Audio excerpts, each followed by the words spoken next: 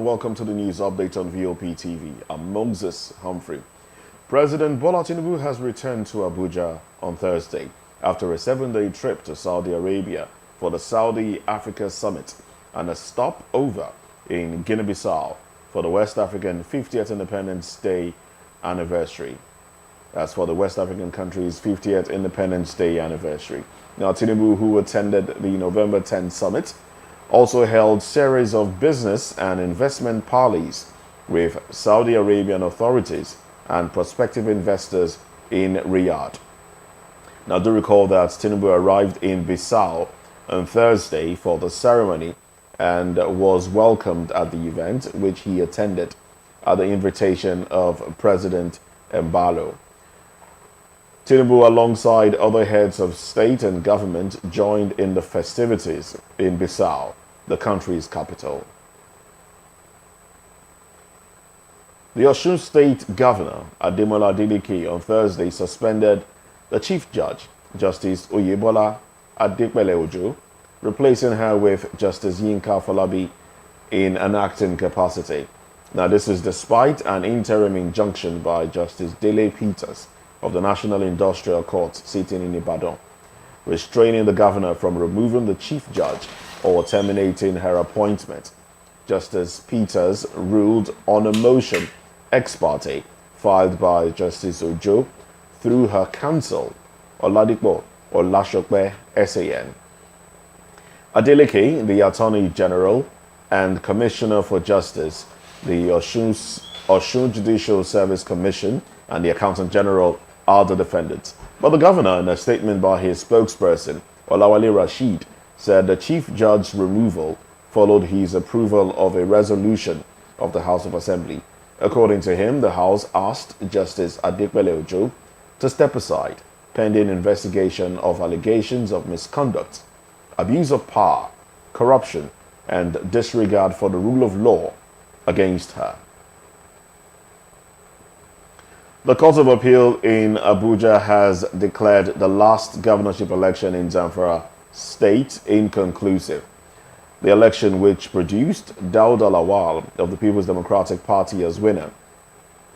A 3-member panel of the court held that there was ample evidence that the election process was not concluded in Maradon local government area and some polling units in Benin Magaji and Bukyun local government areas.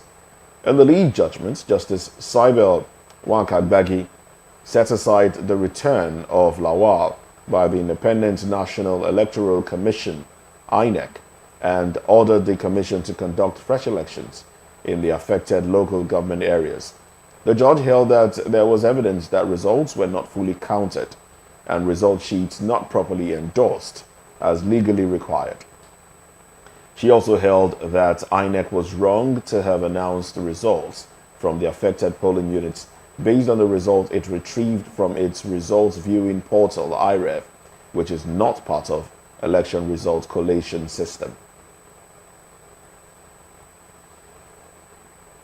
A man identified simply as Aliyu has died on Thursday in Kaduna in a melee between members of Sheikh Ibrahim Zakzaki's-led Islamic movement in Nigeria, IMN, also called Shiites, and the police. The incident occurred when the Shiites staged a pro-Palestine protest in the north-central city. The State Police Command stated that the Islamic movement in Nigeria members attacked the policemen drafted to disperse the illegal protest over the ongoing Israel-Hamas war in Gaza. It was in the melee that Aliyu was killed, but the Shiites accused the police of killing 2 of their men during the clash. Reacting to the incident, Kaduna State Police Command's spokesman, Mansur Hassan, an assistant superintendent of police, said the information that the police killed 2 Shiite members was false. In business now, the total capital inflow into Nigeria's manufacturing sector rose year-on-year by 88.17% in the first half of the year ended June 30, 2023. Findings from the National Bureau of Statistics data show that inflow into the sector jumped to $861.17 million in the first half of 2023 from $457.66 million in the first half of 2022.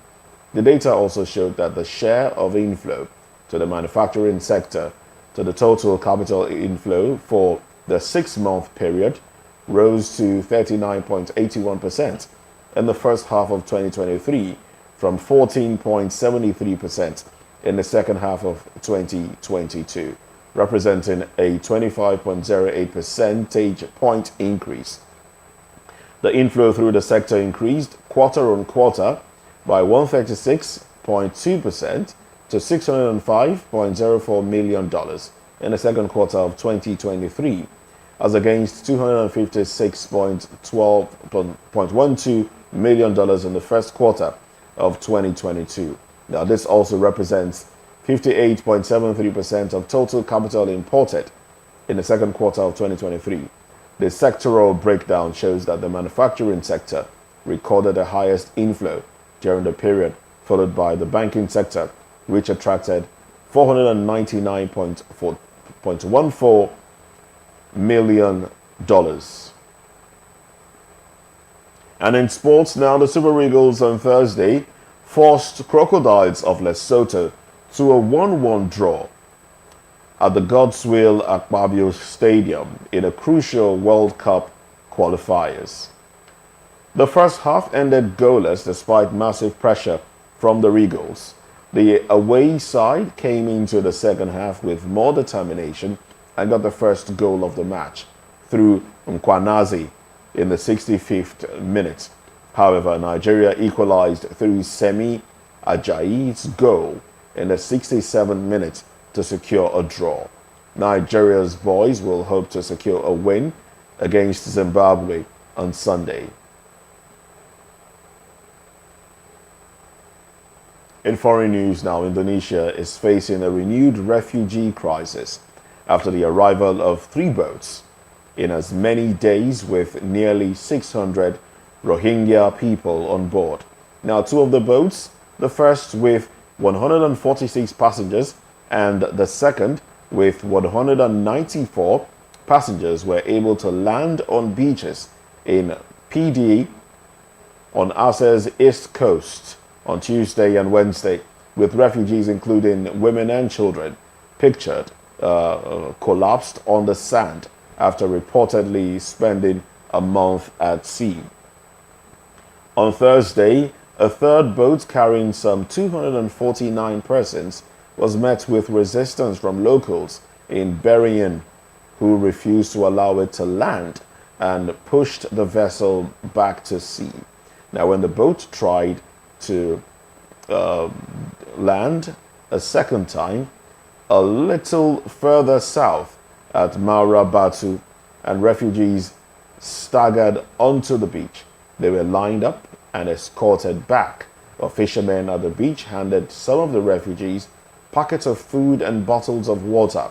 But the situation continued to escalate late into the evening. Now, the people of Aceh have previously welcomed refugees who were taken to a temporary camp before they usually moved to other parts of Indonesia. But tensions have been escalating in recent years as more and more Rohingya have arrived. And that's the news update on VOP TV. We'd like you to subscribe and engage us on YouTube. It is Voice of the People TV. And on all the social media channels, we are at VOP TV Live. I'm Moses Humphrey. Good morning.